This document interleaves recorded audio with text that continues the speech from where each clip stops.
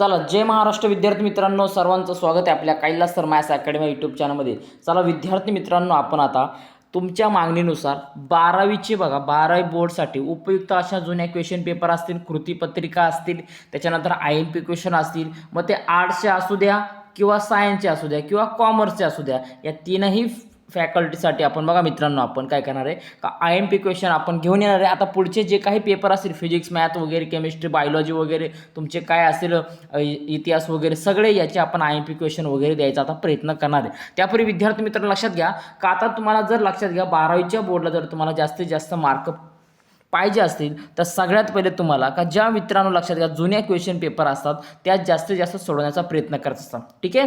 तर अशापैकीच आता एक क्वेश्चन पेपर आपण सॉल्व्ह करून घेणार आहे। याचे उत्तरं काय असणार आहे, त्याच्यानंतर क्वेश्चन पेपरचा पॅटर्न कसा असणार आहे, कोणकोणते क्वेश्चन येऊ शकतात, कोणकोणते नाही असणार आहे, उतारा कसा सोडवायचा आहे, त्याच्यावरती कसे विचार करून लिहायचे, व्याकरण काय असणार आहे, या सगळ्या गोष्टीचा मित्रांनो तुम्हाला पूर्णपणे गायडन्स आपल्याला या व्हिडिओमध्ये बघायला मिळणार आहे। चला मित्रांनो, तर डायरेक्ट मी व्हिडिओला सुरुवात करतोय। बघा मित्रांनो, सगळ्यात पहिले तुमचा भाग जो असणार आहे तो असणार एक विभागीय, त्याला गद्य असे म्हणतात। बघा काय सांगितलं तुम्हाला, खालील उत्तराच्या आधारे सूचनेनुसार कृती करा। बघा आता तुम्हाला काही क्वेश्चन दिलेले, ओके। आता यामध्ये बघा सगळ्यात पहिले हा उतारा असणार आहे का वेग हे गतीचे एक रूप आहे। स्क्रीनशॉट काढून घ्या, हवं तर याला व्यवस्थितपणे तुम्ही नीट वाचून घ्या, काही अडचण नाही। पुन्हा एकदा झूम करतोय, तुम्ही बघून घ्या याच्यामध्ये काय आहे का बघा, तुम्हाला पूर्णपणे उत्तर बघायला मिळणार आहे, ठीक आहे। या आपण आता क्वेश्चन पेपरचे जितके काय ज्या काही क्वेश्चन असणार आहे, जितके काय उत्तरं असणार आहे पॉसिबल, ते उत्तरं तुम्हाला योग्य रीतीने देण्याचा मी प्रयत्न करणार आहे, ठीक आहे। सगळ्यात पहिले बघा मित्रांनो, पहिला काय चौकटी पूर्ण करा।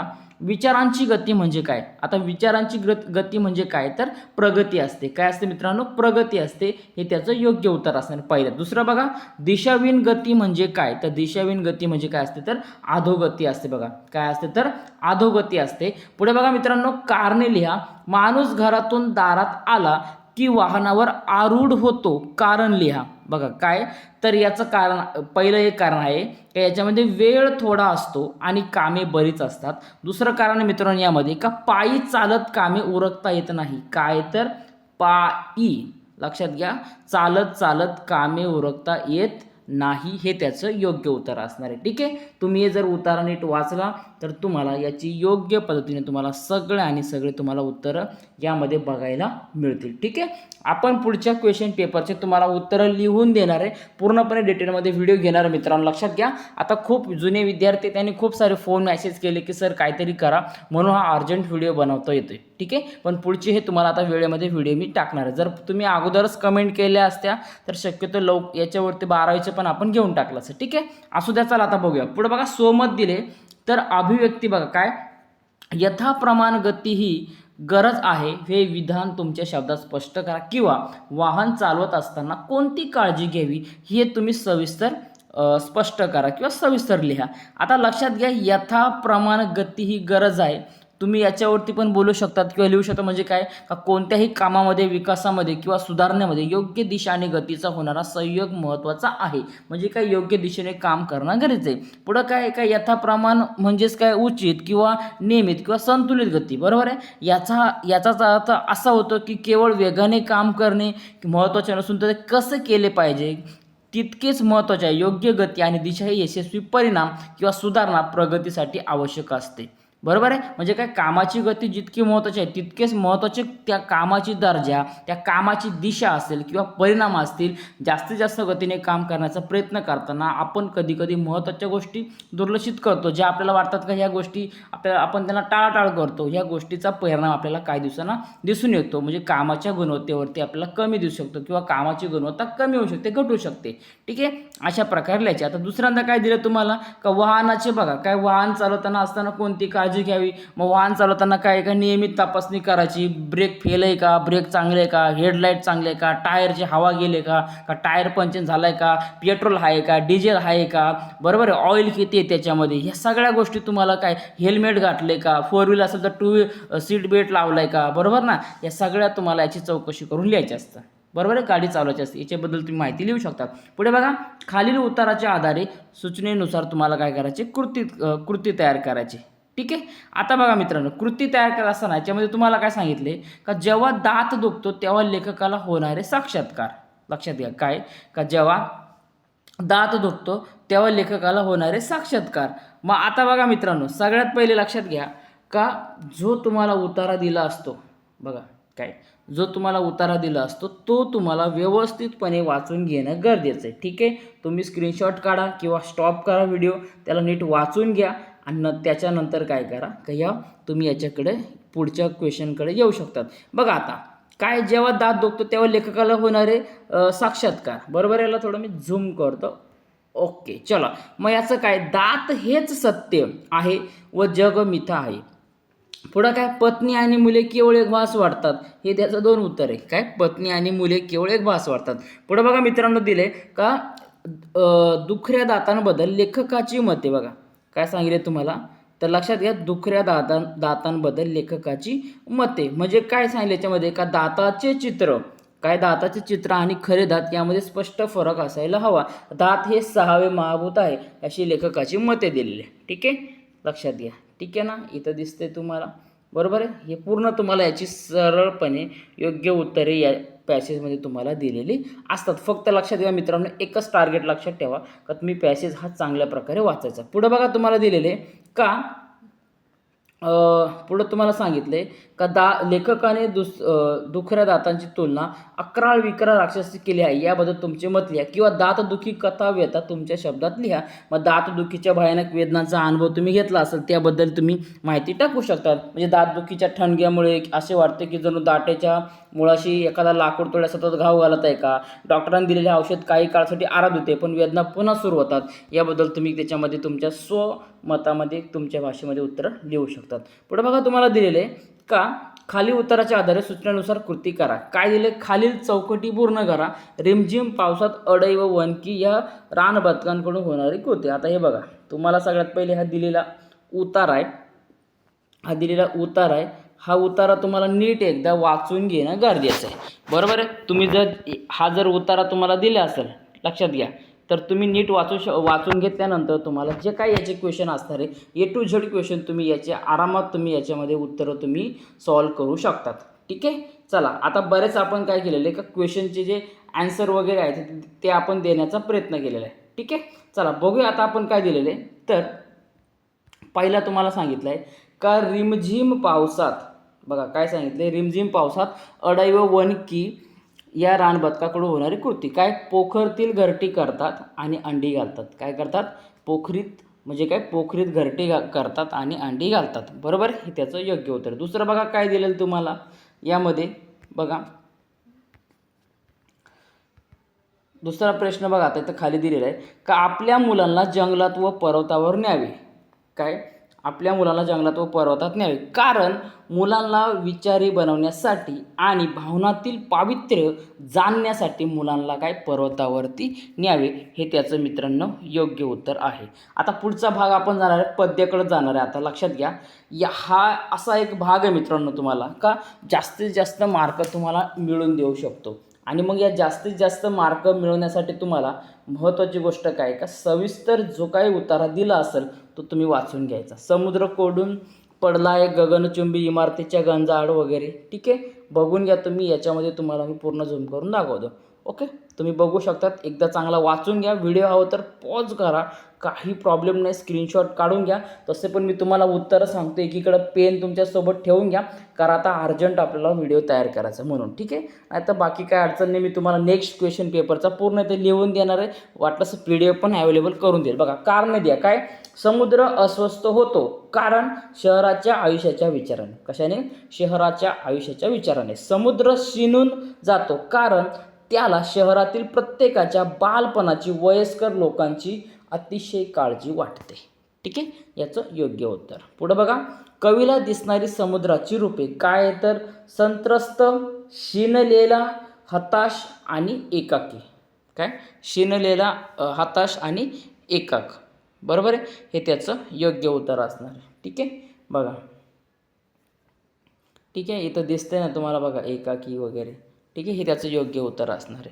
ठीक आहे, पुढं बघा दिलेलं तुम्हाला आता का अभिव्यक्तीमध्ये काय तर शहरातील बालावस्थेच्या जीवनाचे वर्णन तुमच्या काय करा शब्द स्पष्ट करा. म्हणजे काय, समुद्र कोडून पडला आहे या कवितेत कवी असतील आता, ठीक आहे ना. मग कवी कोणते कवी आहेत, तर कवी वसंत आबाजी डहाके, बरोबर आहे. यांनी शहरातील मुलांच्या अभावी वास्तवाचे भावपूर्ण शब्दात चित्रण केले आहे. शहरात उंच टोलेजन इमारतीचे तुरुंग उभे राहिले आहेत, ज्यामुळे बालपण घुसमटून जात आहे.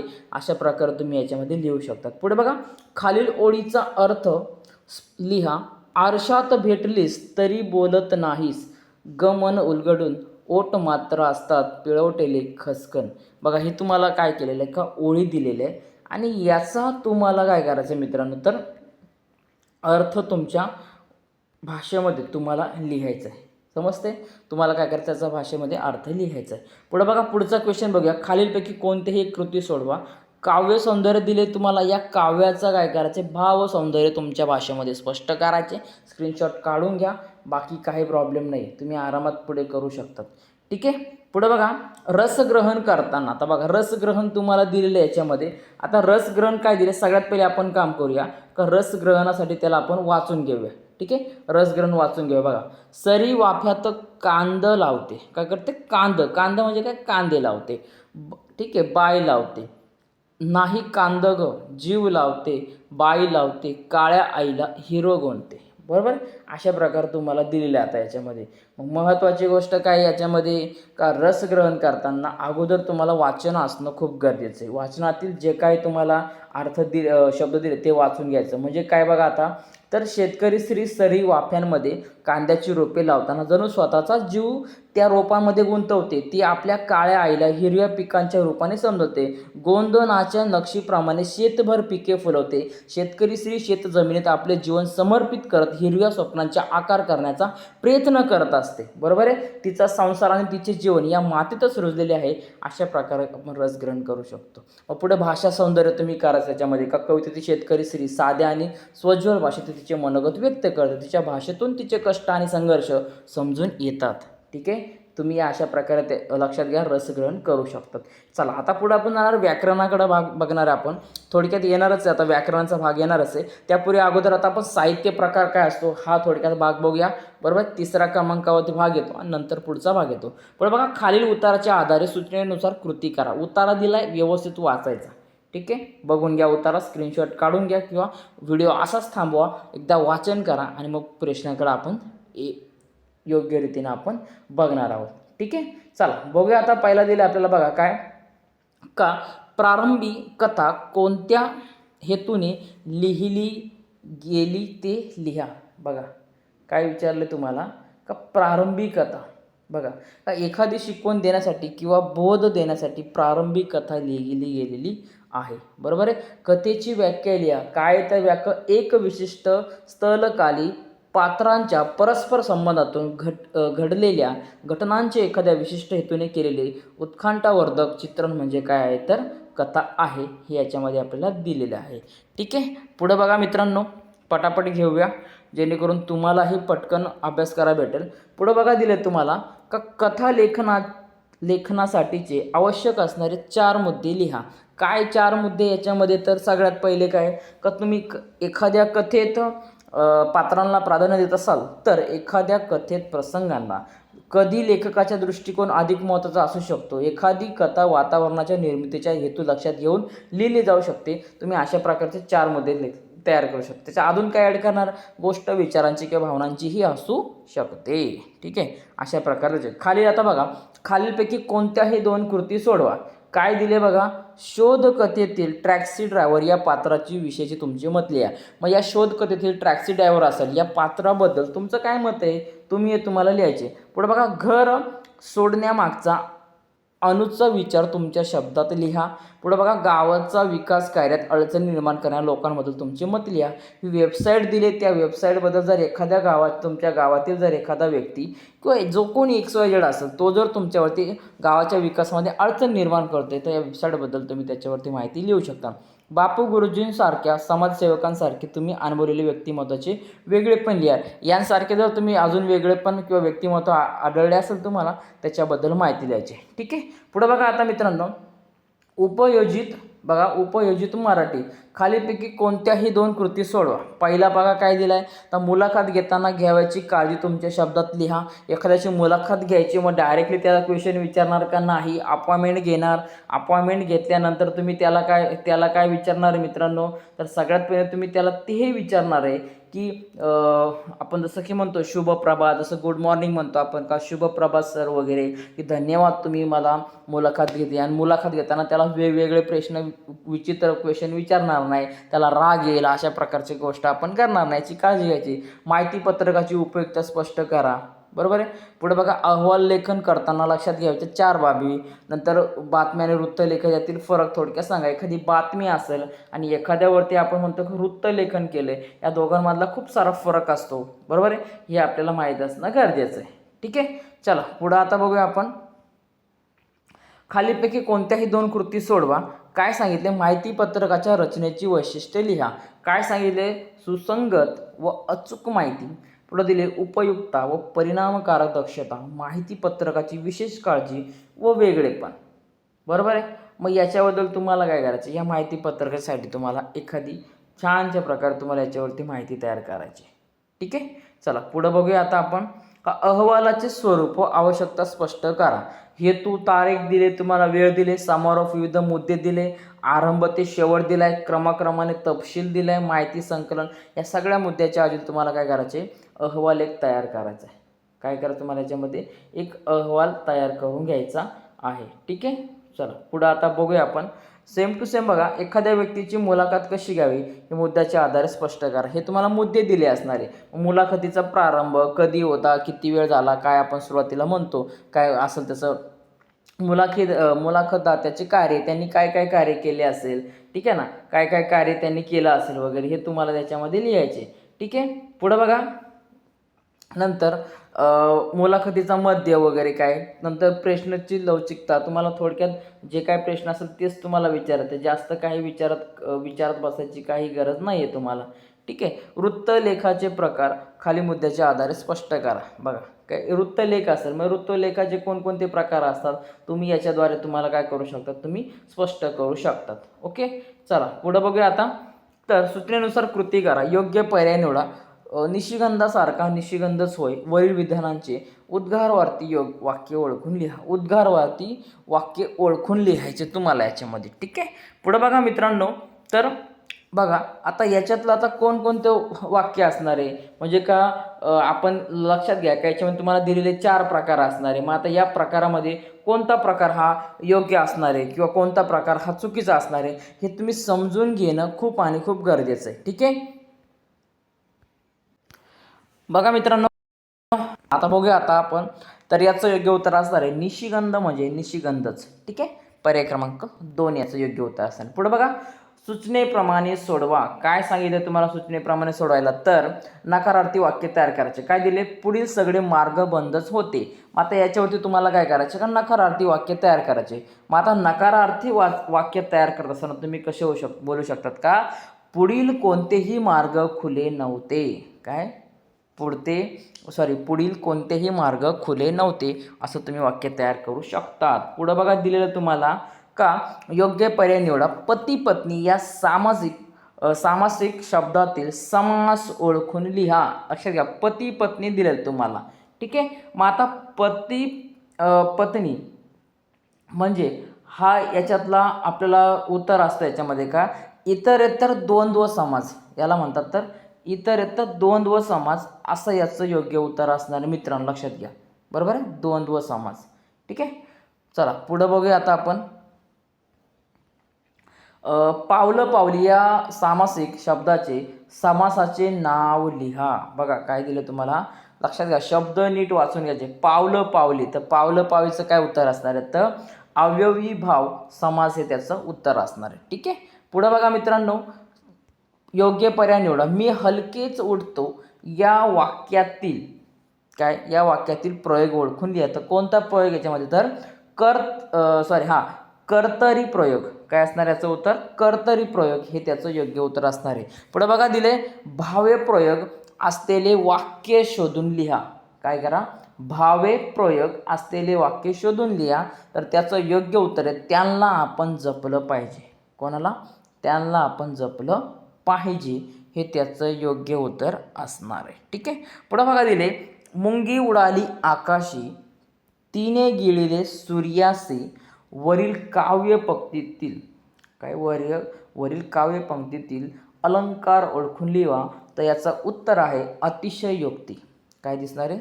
अतिशयोक्ती हे त्याचं योग्य उत्तर असणार विद्यार्थी मित्रांनो, लक्षात घ्या. पुढे बघा, चौकटी पूर्ण करा सांगितले. आहे ताजमहाल एक जगती, तोच त्याच्या परी, या वाक्यातील उपमा ओळखा. काय करायचं तुम्हाला? याच्यातली उपमा ओळखायचे. तर याचं उपमा आहे ताजमहल. काय दिलं? ताजमहल. या ताजमहालाबद्दल उपमा दिलेली आहे. बघा, फितूर होणे या वाक्यप्रचाराचा तुम्हाला काय करायचे का? अर्थ ओळखायचे तुम्हाला. आता फितूर होणे याचा अर्थ असतो मित्रांनो का एखाद्याबद्दल काय करणं, का एखाद्या व्यक्तीला काय करणं? धोकेदारी करणं, म्हणजेच काय? दगाबाजी करणं. काय उत्तर मित्रांचं? दगाबाजी करणं, का एखाद्या व्यक्तीला दगाबाजी करणं.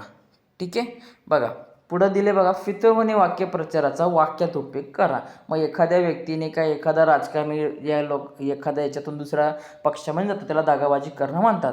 पुढे बघा दिलेलं तुम्हाला, खालीलपैकी कोणत्याही एका विषयावर सुमारे 200 ते 250 शब्दात निबंध लिहा. निसर्ग माझा सखा, माझा आवडता लेखक कवी, मी समुद्र बोलते, क्रीडांगण बोलू लागले आणि वृत्तपत्राचे महत्त्व, या कोणत्याही एका विषयावरती 5 पैकी तुम्हाला एका विषयावरती तुम्हाला काय करायचं? निबंध लिहायचे. तर अशा प्रकारे मित्रांनो क्वेश्चन पेपर बघितले आपण. चांगला सराव करा. पुढील जे पेपर असणार आहे तुम्हाला, तुम्ही आर्ट्सला असू द्या, सायन्सला असू द्या, कॉमर्सला असू द्या, काही फरक पडत नाही. आर्ट्स कॉमर्स जे काय असणार सायन्सवाले, या सगळ्यांना बघा मित्रांनो, तुमचे पुढील ज्या काय तुमचे पेपर असणारे फिजिक्स मॅथ्स बायोलॉजी जे काय असेल त्या सगळ्या क्वेश्चन पेपरचे तुम्हाला IMP क्वेश्चन दिले जातील. मॅथ्सचे तर मी 100% IMP देणार आहे आणि त्याच्यानंतर जुन्या क्वेश्चन पेपर आपण सोडवण्याचा प्रयत्न करणार आहे. त्यामुळे मित्रांनो चॅनल सबस्क्राईब करून ठेवा. नक्कीच तुम्हाला आपल्या चॅनलचा 100% फायदा होऊन जाईल. ठीक आहे. चला भेटूया मित्रांनो पुढच्या व्हिडिओमध्ये. सगळ्यांनी कमेंट करा. जर अगोदर तुम्ही कमेंट केल्या असत्या तर मी लवकरच अगोदर व्हिडिओ टाकण्याचा प्रयत्न केला असता. ठीक आहे. चला सर्वांना परीक्षेसाठी खूप खूप साऱ्या शुभेच्छा. सर्वांना बेस्ट ऑफ लक.